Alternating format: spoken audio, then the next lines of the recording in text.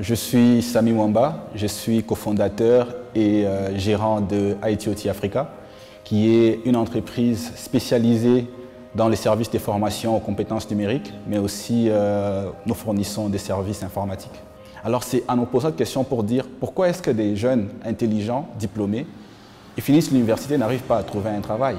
En se posant ces questions, on a dit qu'on doit créer une organisation qui doit réunir les talents de la ville, qui doit réunir les anciens qui ont fini avant nous et même des enseignants pour que nous puissions discuter de l'emploi et du numérique. Là, on a créé IT Open Talk Africa. Au début, on s'est réunissait juste pour échanger, mais au fur et à mesure qu'on évoluait, on a découvert en nous certaines capacités, certains talents qu'on pouvait revendre partout dans le monde. Il y avait des annonces un peu partout. C'était sur Internet, dans des groupes Facebook, dans des groupes WhatsApp également. Et aussi, il y avait des campagnes de sensibilisation.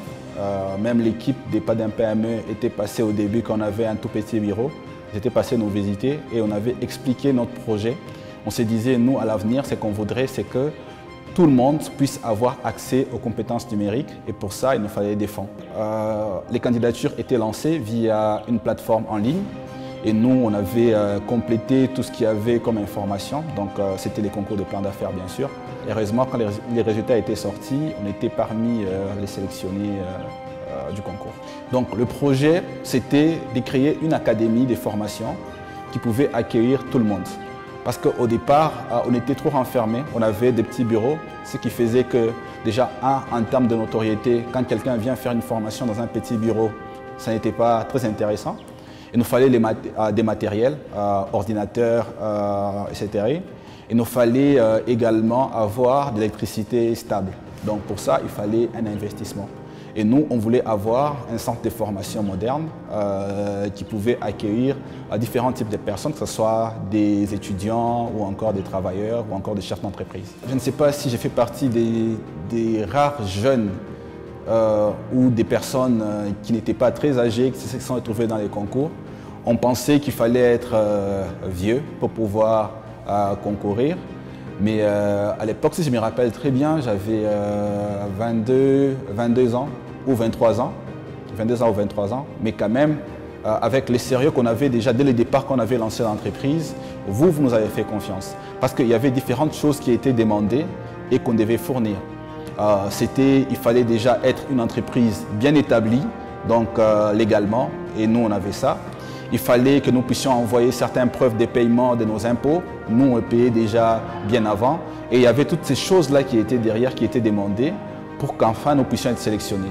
Et on a été sélectionnés et aujourd'hui on peut dire, malgré les cheveux qu'on avait les déchirés, c'est pour ça même qu'aujourd'hui vous me voyez comme ça, je continue. Parce que je me suis dit, mes propres frères, la RDC, le gouvernement m'a fait confiance, la Banque mondiale m'a fait confiance malgré ce que je suis, ça veut dire que ce que j'ai fait, c'est du sérieux. Et du coup, j'ai continué à montrer cette image et les soutiens que j'ai eus, la subvention que j'ai eue, qu'on a eue nous en tant qu'entreprise, nous a permis aujourd'hui d'être plus visibles sur la scène internationale, d'avoir une notoriété en local et d'être prophète chez soi.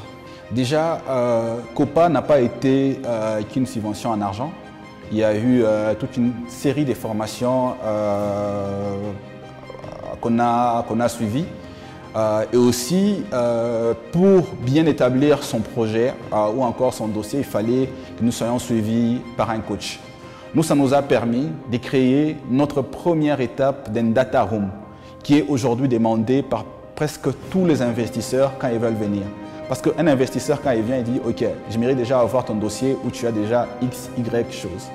COPA nous a encore permis de savoir fournir les rapports.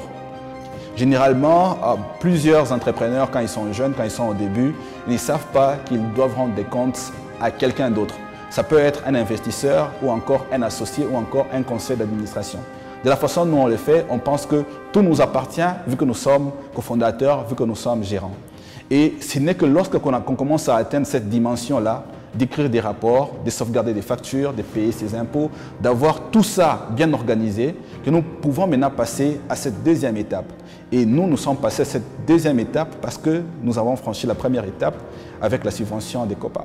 Donc au départ, quand COPA nous a trouvés, on n'était qu'à 4 cofondateurs. Et aujourd'hui, nous sommes à 14 dans la ville de Lubumbashi. Il y a 3 personnes à Goma, il y a 3 personnes à Kinshasa et bientôt on aura une équipe de 5 personnes à Kolwezi. Mais on n'envisage pas seulement de rester dans le pays. Vous voyez, avec la plateforme que nous avons mis en ligne à ocademy.africa, c'est toute l'Afrique subsaharienne francophone que nous sommes en train de viser. Il y a des pays qui veulent prendre notre modèle et l'implémenter chez eux. Quand vous partez sur Internet et que vous recherchez les plateformes de formation en ligne en Afrique, nous sommes là. Et ça, c'est une fierté pas seulement pour nous, mais c'est pour toute la RDC. Moi, j'ai de la joie. Vous voyez, quand vous êtes dans les quartiers, entre amis, avec les gens qui ne sont pas informés, généralement, ils disent que le gouvernement ne nous aide pas. Mais quand vous regardez le budget qui a été mis pour soutenir les jeunes entrepreneurs, ce n'est pas un budget. Jetez les mots, il y a des concours panafricains qui se passent aujourd'hui. Ce sont des concours qui ne dépassent pas 10 000 $, voire même 6 000 $. Mais le monde entier en parle comme étant des concours internationaux, etc., etc. Nous, on a eu des subventions de plus de 50 000 $. Et généralement, les gens ne voient pas ça. Ils pensent que le gouvernement ne travaille pas, or que le gouvernement travaille. Pour nous, ces sentiments-là, de fierté de dire que je suis congolais, je peux rester au Congo, je peux trouver du financement au Congo, je n'ai pas à quitter mon pays pour aller chercher du financement déjà ailleurs, parce qu'ici, chez moi, on me soutient. Et c'est ce que je ressens aujourd'hui.